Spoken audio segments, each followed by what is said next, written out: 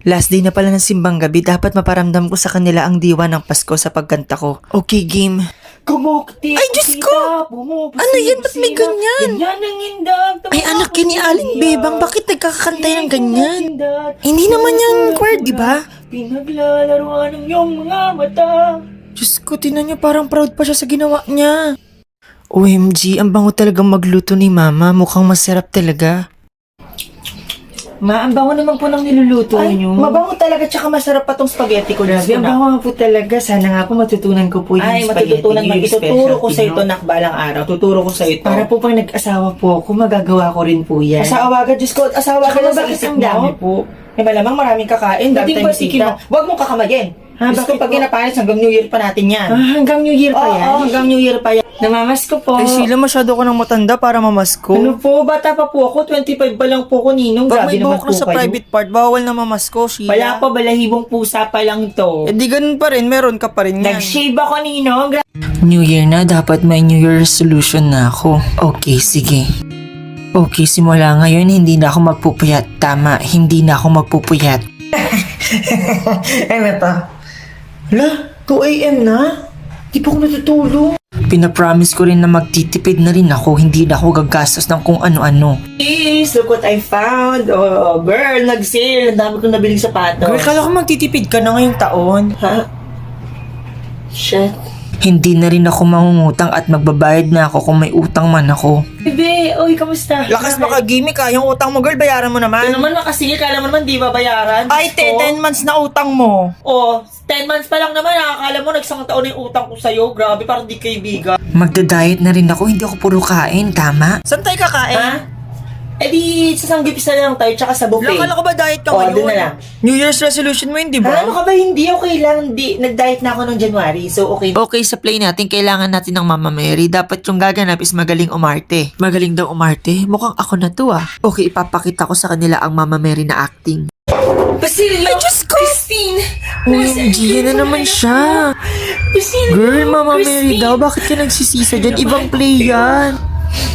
Meron na kayong Mama Mary sa play. Ako na po Wala, yun decision na. ka ba, Ako na Kay? po ang magiging Girl, Mama Mary sa play. May ubo talaga sa utak si Sheila, no? Girl, ayun si Sheila, yung feeling singer sa section B. Feeling singer pala. O sige, tignan natin. Hello, hello, baby! Wala puto, ano yan? O diba, sabi ko si B, ang weird niya. What the Santa Claus Pati lyrics mali-mali pa, oh. gonna be? Girl, tara na girl, ang weird niya talaga. Alis na tayo dito. Stop going Paano ang Christmas party natin? As a class president, dapat magsalita ako. Ma'am, as a class president, naniniwala po ako magagawa po natin tong event na to ngayong Pasko. Kaya natin to. Hala, yan na naman siya, oh. Ang weird niya talaga. Tsaka hindi siya yung class president. Sheila, hindi naman ikaw yung class president, ah. Hindi daw kayong class president? Girl, hindi. Lagi ka kayong tulala. Lagi na lang nila akong tinatawag na nerd, baliw at weirdo. Gugulatin ko kayong lahat sa party. Makikilala nyo na si Sheila 2.0. OMG, si Sheila ba yan? Hala, si Sheila nga. OMG, ang ganda niya. Kaso bakit ganyan suot niya? Ba't siya nakagaon? Di ba Christmas party to? Hindi naman to debo niya. Baka akala niya JS prom to. Sheila, ba't ganyan suot mo? Di ba sasayaw pa tayo mamaya? Paano ka sasayaw niyan? Oo nga, ano pa? Anong oras ba tayo sasayaw? Mamaya-maya tayo na nagsasayaw. May gusto akong dalang extra. Na extra damit ka. Wala, nandito naman si Sheila Baliw, oh. Weirdo! Sheila, Bakit ano bang problema nyo? Ikaw yung problema namin kasi freak ka, weirdo, di ka bagay dito sa school na to, tsaka ang hirap-hirap mo. Sobra na sila, hindi na ako papayag na api-apihin nila ako. Masyado ko na silang pinagbigyan, hindi nila alam anak ako ng mafia. Humanda kayo sa akin.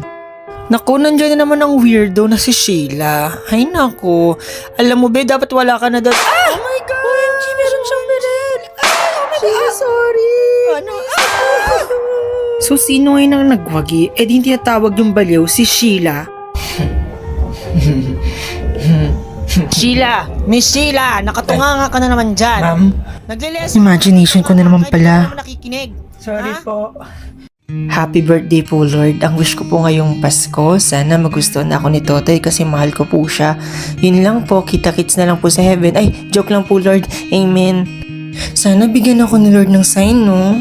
Kailan? May nangangaroling ata, ma. Patay mo yung ilaw para kung meron ng tao. Dali mo! Ay mas magnining. Bayan, nakakaya.